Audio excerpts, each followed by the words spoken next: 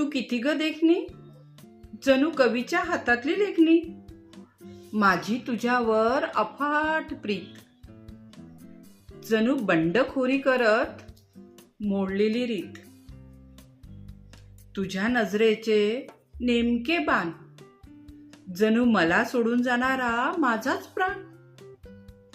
असे काहीच बोलत नाही तो, केव्हाही कुठेही कधीही असे काहीच बोलत नाही तो.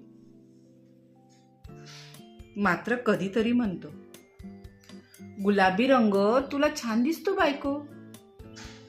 ते पहिल्या भेटीत नेसली होतीस ना गुलाबी काठाची साडी, किंवा बायको तुझे डोळे मधाचे गोळे.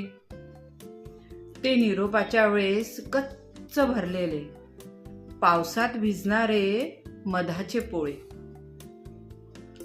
त्याचे प्रेम कसे असते ना, बराच काळ मुक्याने सोसल्यावर,